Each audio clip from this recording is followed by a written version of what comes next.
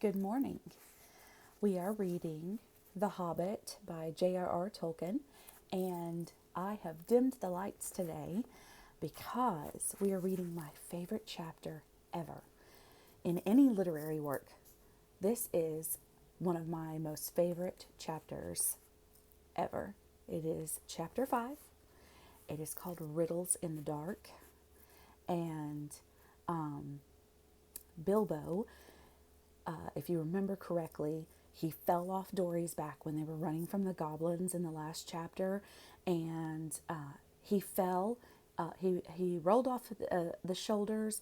He fell, and he bumped his head in the dark, and then he remembered nothing after that. If you remember the last chapter, and so this is when Bilbo wakes up after he has fallen as far down as he could fall. And so he finds himself in this big, huge underground cave-like place, deep under the mountain, in the mountain, the heart of the mountain, whatever it is that it is described as, and it is just completely dark. So I tried to go darker than this, but it wasn't working out too well. So this is as good as it gets for now. But just imagine that you're in a place where you can't even see in front of you. You can't even see the outline or anything like that. Get in that place and just listen to how this plays out, because it's amazing.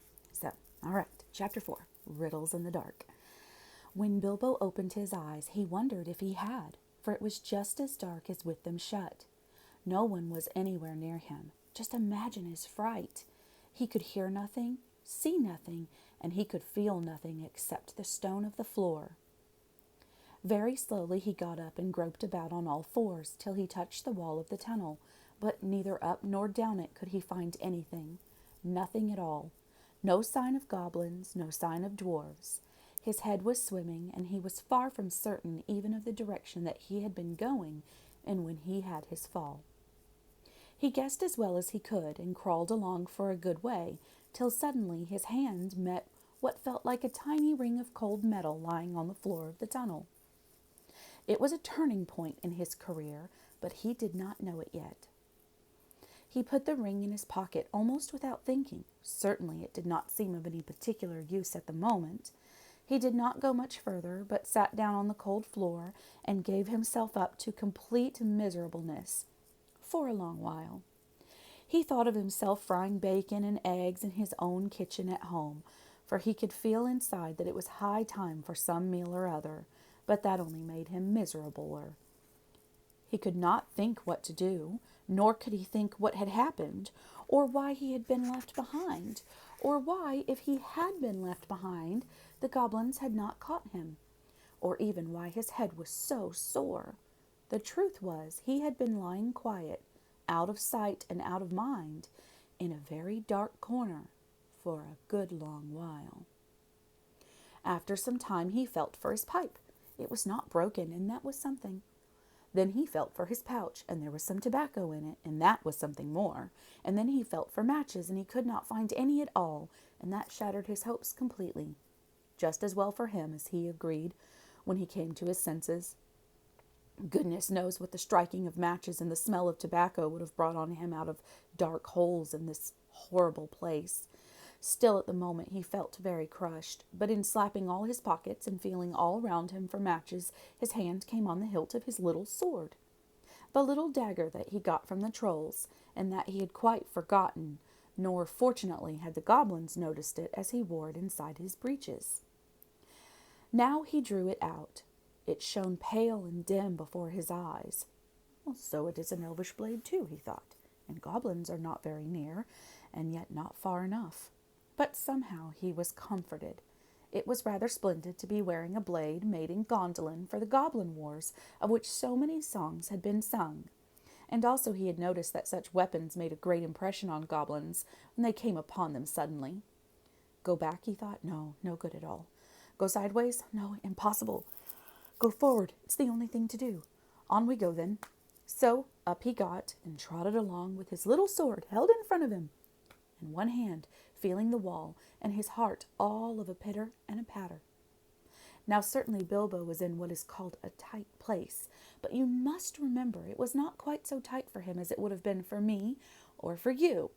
Hobbits are not quite like ordinary people, and after all, if their holes are nice cheery places and properly aired, quite different from the tunnels of the goblins, still they are more used to tunneling than we are, and they do not easily lose their sense of direction underground, not when their heads have recovered from being bumped. Also, they can move very quietly and hide easily, and recover wonderfully from falls and bruises, and they have a fund of wisdom and wise sayings that men have mostly never heard or have forgotten long ago. I should not have liked to have been in Mr. Baggins's place all the same, for the tunnel seemed to have no end. All he knew was that it was still going down pretty steadily and keeping in the same direction in spite of a twist and a turn or two. There were passages leading off to the side every now and then, as he knew by the glimmer of his sword, or could feel with his hand on the wall. Of these he took no notice, except to hurry past for fear of goblins or half-imagined dark things coming out of them. On he went, and down, and still he heard no sound of anything except the occasional whir of a bat by his ears, which startled him at first till it became too frequent to bother about. I do not know how long he kept on like this, hating to go on, but not daring to stop. On, until he was tireder than tired. It seemed like all the way to tomorrow and over it to the days beyond. Suddenly, without any warning, he trotted splash into water. Oh, and it was icy cold. That pulled him up sharp and short. He did not know whether it was just a pool in a path, or the edge of an underground stream that crossed the passage, or the brink of a deep, dark, subterranean lake. The sword was hardly shining at all. He stopped, and he could hear, when he listened hard, drops drip, drip, dripping from an unseen roof into the water below, but there seemed no other sort of sound. So it is a pool or a lake, and not an underground river, he thought. Still he did not dare to wade out into the darkness, for he could not swim, and he thought, too, of nasty, slimy things with big, bulging, blind eyes wriggling in the water. There are strange things living in the pools and lakes in the hearts of the mountains. Fish whose fathers swam in, goodness only knows how many years ago, and never swam out again. While their eyes grew bigger and bigger and bigger from trying to see in the blackness, also there are other things more slimy than fish. Even in the tunnels and caves the goblins have made for themselves, there are other things living unbeknownst to them that have sneaked in from outside to lie up in the dark. Some of these caves, too, go back in their beginnings to ages before the goblins, who only widened them and joined them up with passages, and the original owners are still there in odd corners, slinking and nosing about. Deep down here by the dark water lived old Gollum, a small, slimy creature. I don't know where he came from, nor who or what he was. He was Gollum, as dark as darkness, except for two big, round, pale eyes in his thin face. He had a little boat, and he rowed about quite quietly on the lake, for lake it was, wide and deep and deadly cold. He paddled it with large feet, dangling over the side, but never a ripple did he make. Not he. He was looking out of his pale, lamp-like eyes for blind fish, which he grabbed with his long fingers as quick as thinking. He liked meat, too. Goblin he thought was good, when he could get it, but he took care that they never found him out. He just throttled them from behind if they ever came down alone anywhere near the edge of the water while he was prowling about. They very seldom did, for they had a feeling that something unpleasant was lurking down there, down at the very roots of the mountain. They had come on the lake when they were tunneling down long ago, and they found they could go no further, so there their road ended in that direction, and there was no reason to go that way unless the great goblin sent them. Sometimes he took a fancy for fish from the lake, and sometimes neither goblin nor fish came back to him. Actually, Gollum lived on a slimy island of rock right in the middle of that lake. He was watching Bilbo now from the distance, with his pale eyes like telescopes. Bilbo could not see him, but he was wondering a lot about Bilbo, for he could see that he was no goblin at all. Gollum got into his boat and shot off from the island, while Bilbo was sitting on the brink altogether, flummoxed and at the end of his way and his wits. Suddenly up came Gollum. He whispered and hissed, "Bless us and splash us, my precious. I guess it's a choice feast. At least a tasty morsel it'd make us. Gollum, Gollum." And when he said Gollum, he made a horrible swallowing noise in his throat. And that is how he got his name, though he usually always called himself my precious. The Hobbit jumped nearly out of his skin when the hiss came in his ears, and he suddenly saw the pale eyes sticking out at him. "Who are you?" he said, thrusting his dagger in front of him. "What is he, my precious?" whispered Gollum, who always spoke to himself, through never having anyone else to speak to. This is what he had come to find out, for he was not really very hungry at the moment, only curious. Otherwise, he would have grabbed first and whispered afterwards.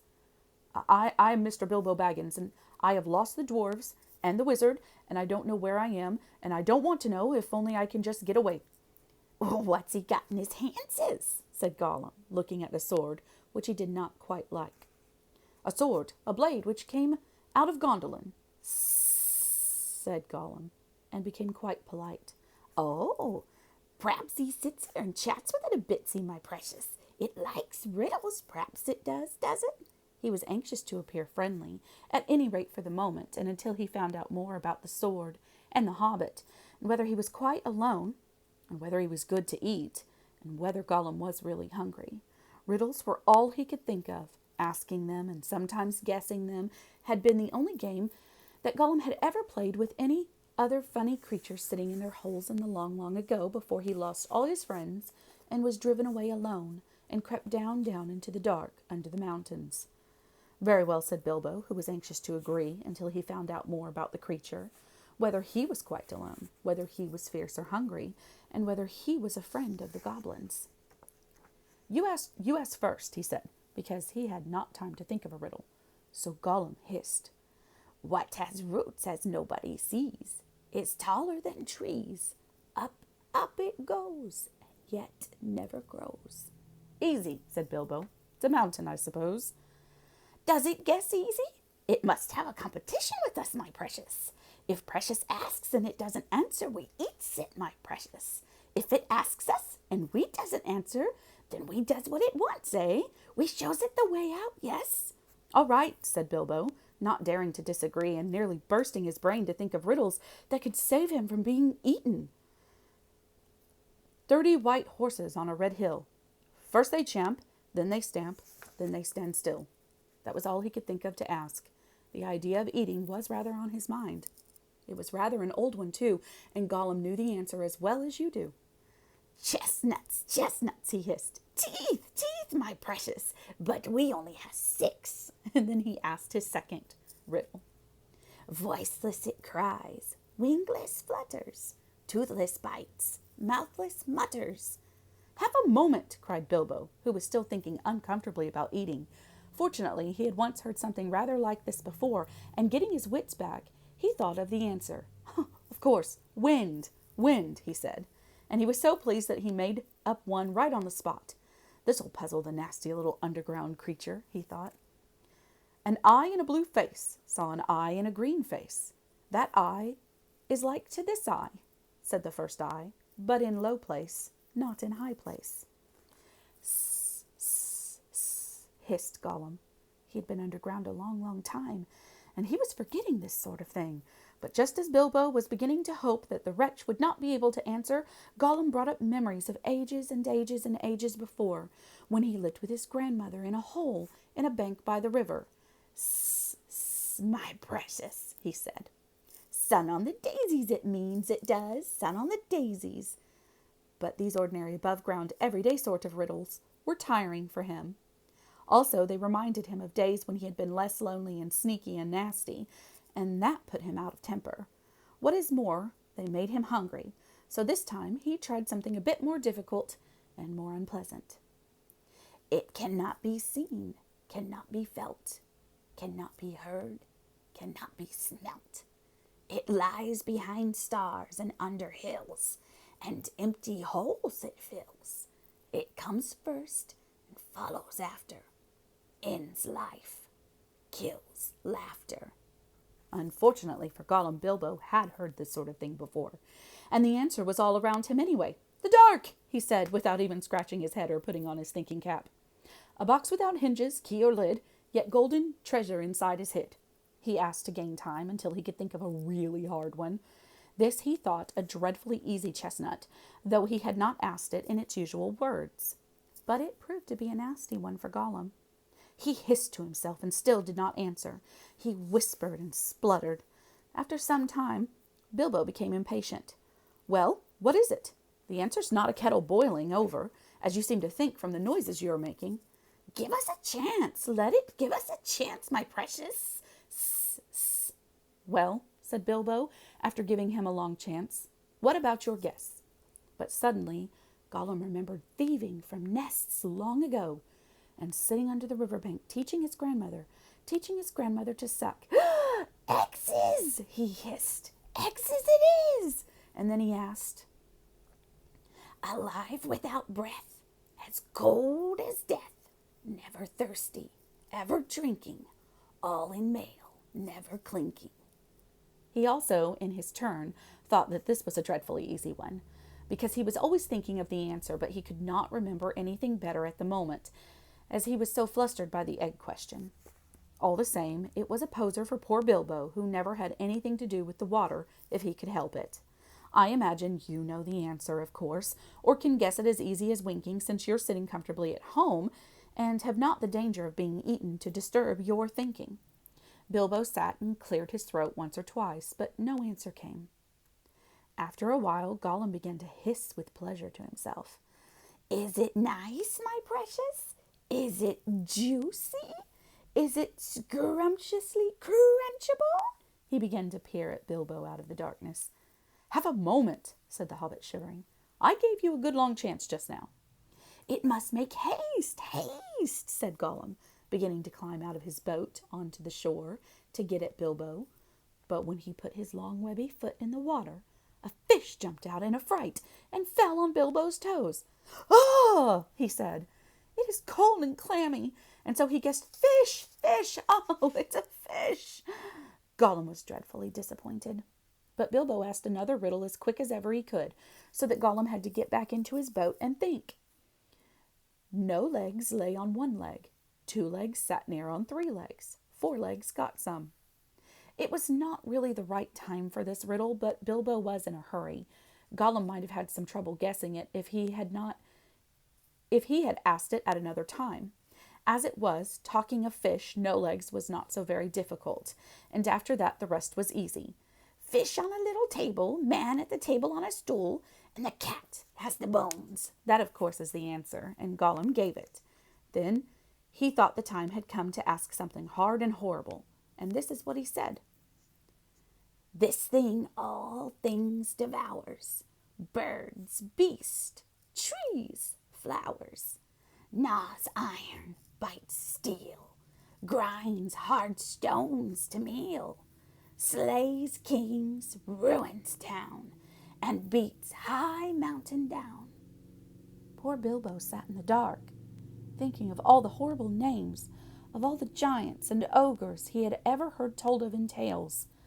But not one of them had done all of these things.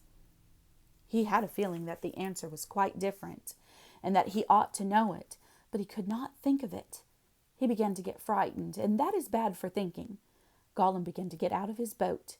He flapped into the water and paddled to the bank. Bilbo could see his eyes coming towards him. His tongue seemed to stick in his mouth. He wanted to shout, "Give me more time! Give me more time!" But all that came out with a sudden squeal was, "Time! Time!" Bilbo was saved by pure luck, for that, of course, was the answer. Gollum was disappointed once more, and now he was getting angry and very tired of this game. It had made him very hungry indeed. This time, he did not go back to his boat. He sat down in the dark, right next to Bilbo. That made the hobbit dreadfully uncomfortable and scattered his wits. "It's got to ask us a question, my precious. Yes, yes, yes. Just one more question to guess. Yes, yes," hissed Gollum. But Bilbo simply could not think of any question, with that nasty, wet, cold thing sitting next to him, and pawing and poking him. He scratched himself, he pinched himself, and still he could think of nothing. Ask us, urged Gollum. Bilbo pinched himself and slapped himself. He gripped on his little sword. He even felt in his pocket with his other hand. And there he felt the ring he had picked up in the passage and forgotten about. "What have I got in my pocket?" he said aloud. He was really talking to himself, but Gollum thought it was a riddle, and he became frightfully upset. Not fair! Not fair! It isn't fair, my precious, to ask us what it's got in its nasty little pockets is. Bilbo, seeing what had happened and having nothing better to ask, stuck to his question. "What have I got in my pocket?" he said louder. "Sss," hissed Gollum. "It must give us 3 guesses, my precious. 3 guesses. "Very well, guess away," said Bilbo. "Henses," said Gollum. "Wrong," said Bilbo, who had luckily just taken his hand out again. "Guess again." "Sss," said Gollum, more upset than ever.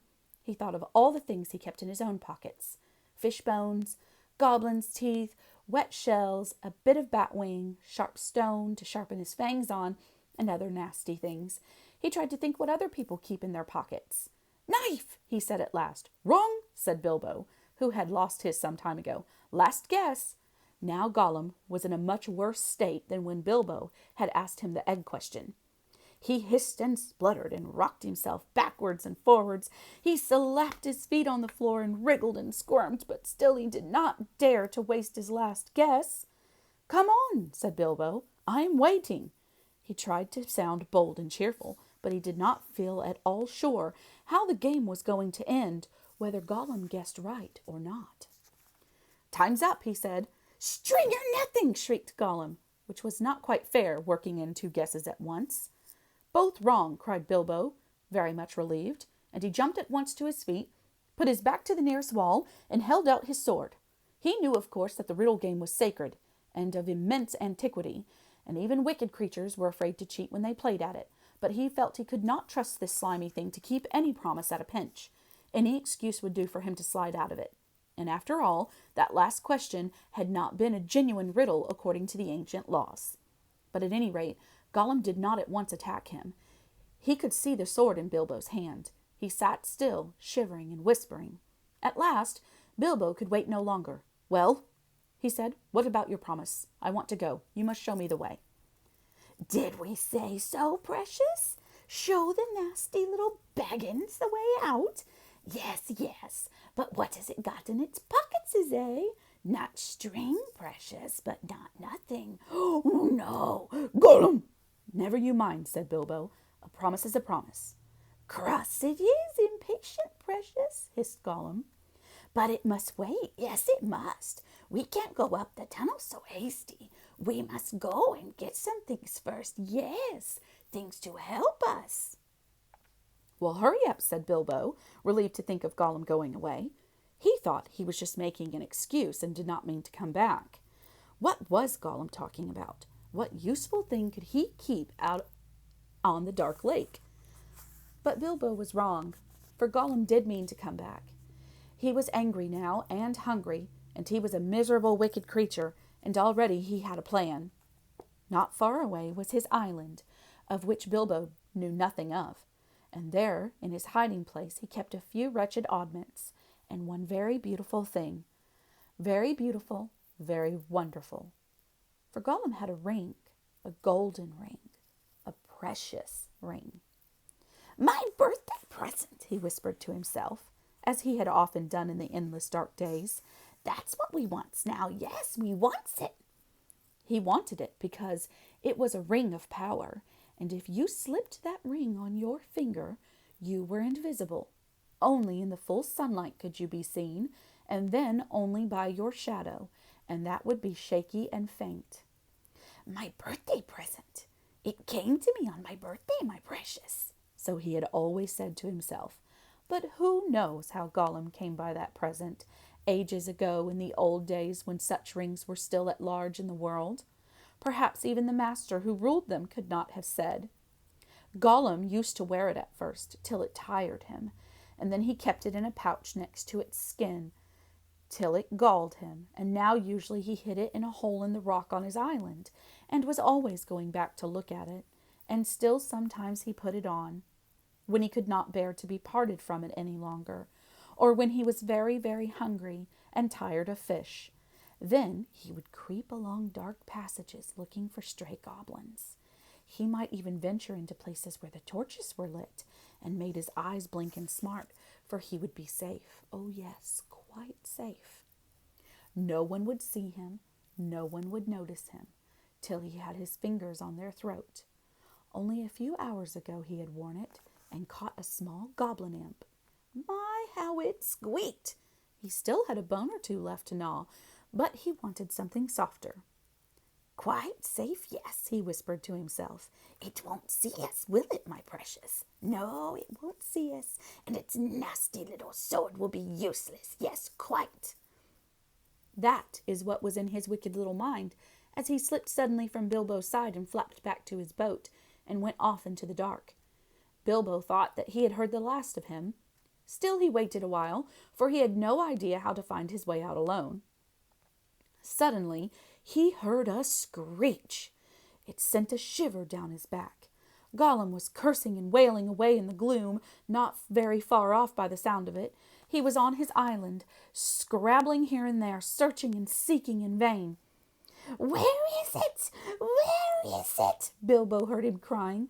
Lost it is, my precious, lost, lost. Curse us and crush us, my precious is lost. What's the matter? Bilbo called. What have you lost? It mustn't ask us, shrieked Gollum. Not its business, no. Gollum, it's lost. Gollum, Gollum, Gollum. Well, so am I, cried Bilbo, and I want to get unlost, and I won the game and you promised. So come along now, come and let me out, and then go on with your looking. Utterly miserable as Gollum sounded, Bilbo could not find much pity in his heart, and he had a feeling that anything Gollum wanted so much could hardly be something good. Come along now, he shouted. No, not yet, precious. We must search for it. It's lost, Gollum answered. Gollum! But you never guessed my last question, and you promised, said Bilbo. Never guessed, said Gollum. Then suddenly out of the gloom came a sharp hiss. What has it got in its pockets? Tell us that. It must tell us first. As far as Bilbo knew, there was no particular reason why he should not tell, for Gollum's mind had jumped to a guess quicker than his, naturally, for Gollum had brooded for ages on this one thing, and he was always afraid of its being stolen. But Bilbo was annoyed at this delay. After all, he had won the game pretty fairly, and at horrible risk. Answers were to be guessed, not given, he said. But it wasn't a fair question, said Gollum. Not a riddle, precious, no. Oh, well, if it's a matter of ordinary questions, Bilbo replied, then I asked one first. What have you lost? Tell me that. What has it got in its pockets? The sound came hissing louder and sharper, and as he looked towards it, to his alarm, Bilbo now saw two small points of light peering right at him. As suspicion grew in Gollum's mind, the light of his eyes burned with a pale flame. What have you lost? Bilbo persisted. But now the light in Gollum's eyes had become a green fire, and it was coming swiftly nearer. Gollum was in his boat again, paddling wildly back to the dark shore, and such a rage of loss and suspicion was in his heart that no sword had any more terror for him. Bilbo could not guess what had maddened the wretched creature, but he saw that all was up, and that Gollum meant to murder him at any rate. Just in time he turned and ran blindly back up the dark passage down which he had come, keeping close to the wall and feeling it with his left hand. What has it got in its pockets? He heard the hiss loud behind him, and the splash as Gollum leapt from his boat. What have I wonder, he said to himself, as he panted and stumbled along. He put his left hand in his pocket. The ring felt very cold as it quietly slipped on to his groping forefinger. The hiss was close behind him. He turned now and saw Gollum's eyes like small green lamps coming up the slope. Terrified, he tried to run faster, but suddenly he struck his toes on a snag in the floor and fell flat with his little sword underneath him. In a moment, Gollum was on him. But before Bilbo could do anything, recover his breath, pick himself up, or wave his sword, Gollum passed by, taking no notice of him, cursing and whispering as he ran. What could it mean? Gollum could see in the dark. Bilbo could see the light of his eyes, palely shining even from behind. Painfully, he got up and sheathed his sword, which was now glowing faint again. And then very cautiously, he followed. There seemed nothing else to do. It was no good crawling back down to Gollum's water. Perhaps if he followed him, Gollum might lead him to some way of escape without meaning to. Curse it! Curse it! Curse it! Hissed Gollum. Curse the Baggins! It's gone! What has it got in its pockets? Oh, we guess, my precious. He's found it. Yes, he must have. My birthday present. Bilbo pricked up his ears. He was at last beginning to guess himself. He hurried a little, getting as close as he dared behind Gollum, who was still going quickly, not looking back, but turning his head from side to side as Bilbo could see from the faint glimmer on the walls. My birthday present! Curse it! How did we lose it, my precious? Oh, yes, that's it. When we came this way last, when we twisted that nasty young squeaker, that's it. Curse it! It slipped from us after all these ages and ages. It's gone. Gollum, Gollum. Suddenly, Gollum sat down and began to weep, a whistling and gurgling sound horrible to listen to. Bilbo halted and flattened himself against the tunnel wall. After a while, Gollum stopped weeping and began to talk. He seemed to be having an argument with himself. It's no use going back there to search, no. We doesn't remember all the places we visited. It's no use. The Baggins has got it in its pockets, says. The nasty noser has found it, we says. We guesses, precious, only guesses. We can't know till we find the nasty creature and squeezes it. But it doesn't know what the present can do, does it? It'll just keep it in its pocket, says. It doesn't know. It can't go far. It's lost itself, the nasty nosy thing. It doesn't know the way out. It said so. It said so, yes, but it's tricksy. It doesn't say what it means. It doesn't say what it got in its pocket, says. It knows. It knows a way in. It must know a way out, yes. It's off to the back door. To the back door, that's it. The goblin says we'll catch it then. It can't get out that way, precious. Sss, sss, Gollum. Goblins is, yes, but if it's got the present, our precious present, then goblins says we'll get it, Gollum. Gollum, they'll find it. They'll find out what it does. We shan't ever be safe again, never, Gollum. One of the goblins will put it on, and then no one will see him. You'll be there, but not seen. Not even our clever eyesies will notice him, and he'll come creepsy and tricksy and catch us. Oh, Gollum, Gollum. Then let's stop talking, precious, and make haste. If the Baggins has gone that way, we must go quick and see. Go, not far now. Make haste. With a spring, Gollum got up and started shambling off at a great pace. Bilbo hurried after him, still cautiously, though his chief fear now was of tripping on another snag and falling with a noise. His head was in a whirl of hope and wonder. It seemed that the ring he had was a magic ring, and it made you invisible. He had heard of such things, of course, in old tales, but it was hard to believe that he really had found one by accident. Still, there it was.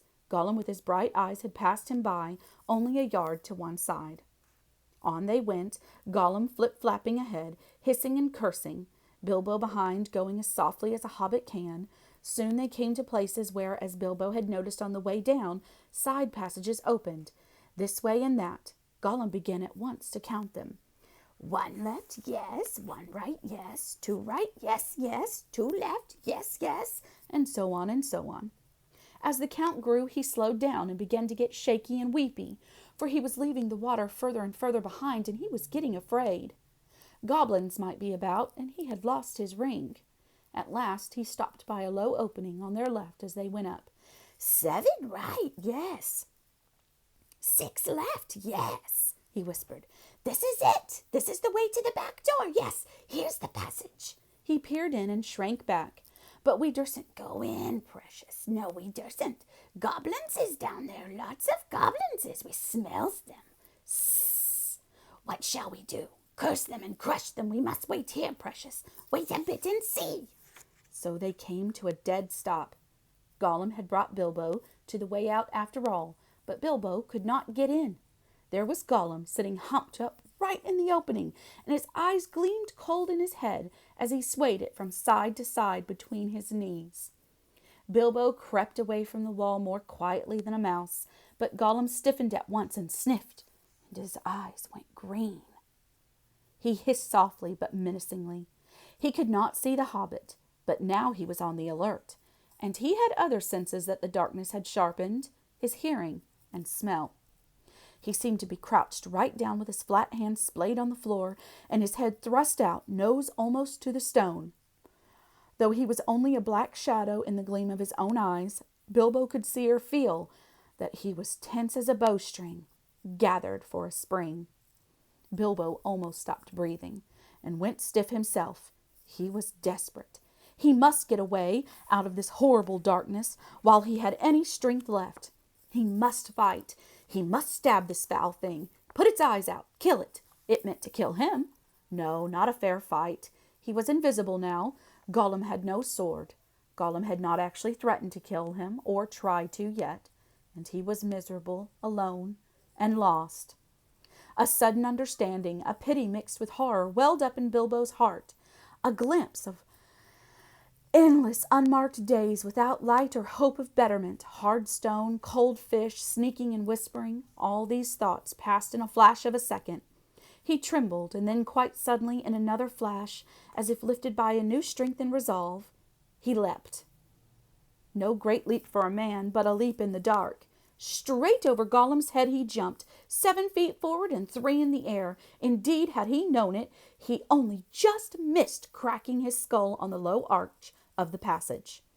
Gollum threw himself backwards and grabbed as the Hobbit flew over him, but too late. His hand snapped on thin air, and Bilbo, falling fair on his sturdy feet, sped off down the new tunnel. He did not turn to see what Gollum was doing. There was a hissing and cursing almost at his heels at first, and then it stopped. All at once there came a blood-curdling shriek, filled with hatred and despair. Gollum was defeated. He dared go no further. He had lost. He had lost his prey, and lost, too, the only thing he had ever cared for, his precious. The cry brought Bilbo's heart to his mouth, but still he held on. Now faint as an echo, but menacing, the voice came from behind. Thief! Thief! Baggins! We hates it! We hates it! We hates it forever! Then there was a silence, but that too seemed menacing to Bilbo.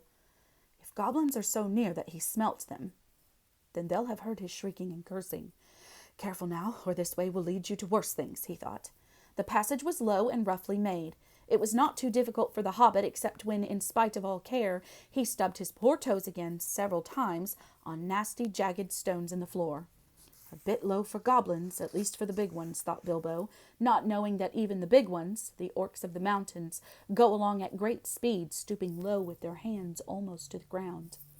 Soon the passage that had been sloping down began to go up again, and after a while it climbed steeply. That slowed Bilbo down. But at last the slope stopped, and the passage turned a corner and dipped down again, and there at the bottom of the short incline he saw, filtering round another corner, a glimpse of light. Not red light, as a fire or lantern, but a pale, out-of-door sort of light. Then Bilbo began to run. Scuttling as fast as his legs would carry him, he turned the last corner and came suddenly right into an open space, where the light, after all that time in the dark, seemed dazzlingly bright. Really, it was only a leak of sunshine in through a doorway, where a great door, a stone door, was left standing open. Bilbo blinked, and then suddenly he saw the goblins. Goblins in full armor, with drawn swords, sitting just inside the door, and watching it with wide eyes, and watching the passage that led to it. They were aroused, alert, and ready for anything. They saw him sooner than he saw them. Yes, they saw him. Whether it was an accident or a last trick of the ring before it took a new master, it was not on his finger. With yells of delight, the goblins rushed upon him. A pang of fear and loss, like an echo of Gollum's misery, smote Bilbo, and forgetting even to draw his sword, he struck his hands into his pockets, and there was the ring still in his left pocket, and it slipped on his finger. The goblins stopped short. They could not see a sign of him. He had vanished. They yelled twice as loud as before, but not so delightedly. "Where is it? Go back up the passage," some shouted. "This way, that way. Look out for the door," bellowed the captain. Whistles blew, armor clashed, swords rattled, goblins cursed and swore and ran hither and thither, falling over one another and getting very angry. There was a terrible outcry, to-do, and disturbance. Bilbo was dreadfully frightened. But he had the sense to understand what had happened and to sneak behind a big barrel which held drink for the goblin guards, and so get out of the way and avoid being bumped into, trampled to death, or caught by feel. "I must get to the door, I must get to the door," he kept on saying to himself, but it was a long time before he ventured to try. Then it was like a horrible game of blind man's bluff. The place was full of goblins running about, and the poor little hobbit dodged this way and that, was knocked over by a goblin who could not make out what he had bumped into, scrambled away on all fours, slipped beneath the legs of the captain just in time, got up and ran for the door. It was still ajar, but a goblin had pushed it nearly to. Bilbo struggled, but he could not move it. He tried to squeeze through the crack. He squeezed and he got stuck. It was awful. His buttons had got wedged on the edge of the door and the doorpost. He could see outside into the open air. There were a few steps running down into a narrow valley between tall mountains. The sun came out from behind a cloud and shone bright on the outside of the door, but he could not get through. Suddenly, one of the goblins inside shouted, "There's a shadow by the door! Something's outside!" Bilbo's heart jumped into his mouth. He gave a terrific squirm. Buttons burst off in all directions. Pop, pop, pop, pop, pop. He was through, with a torn coat and waistcoat, leaping down the steps like a goat, while bewildered goblins were still picking up his nice brass buttons on the doorstep. Of course, they soon came down after him, hooting and hallooing and hunting among the trees. But they don't like the sun. It makes their legs wobble and their heads giddy, and they could not find Bilbo with the ring on, slipping in and out of the shadow of the trees, running quickly and quietly, and keeping out of the sun. So soon they went back grumbling and cursing to guard the door. Bilbo had escaped.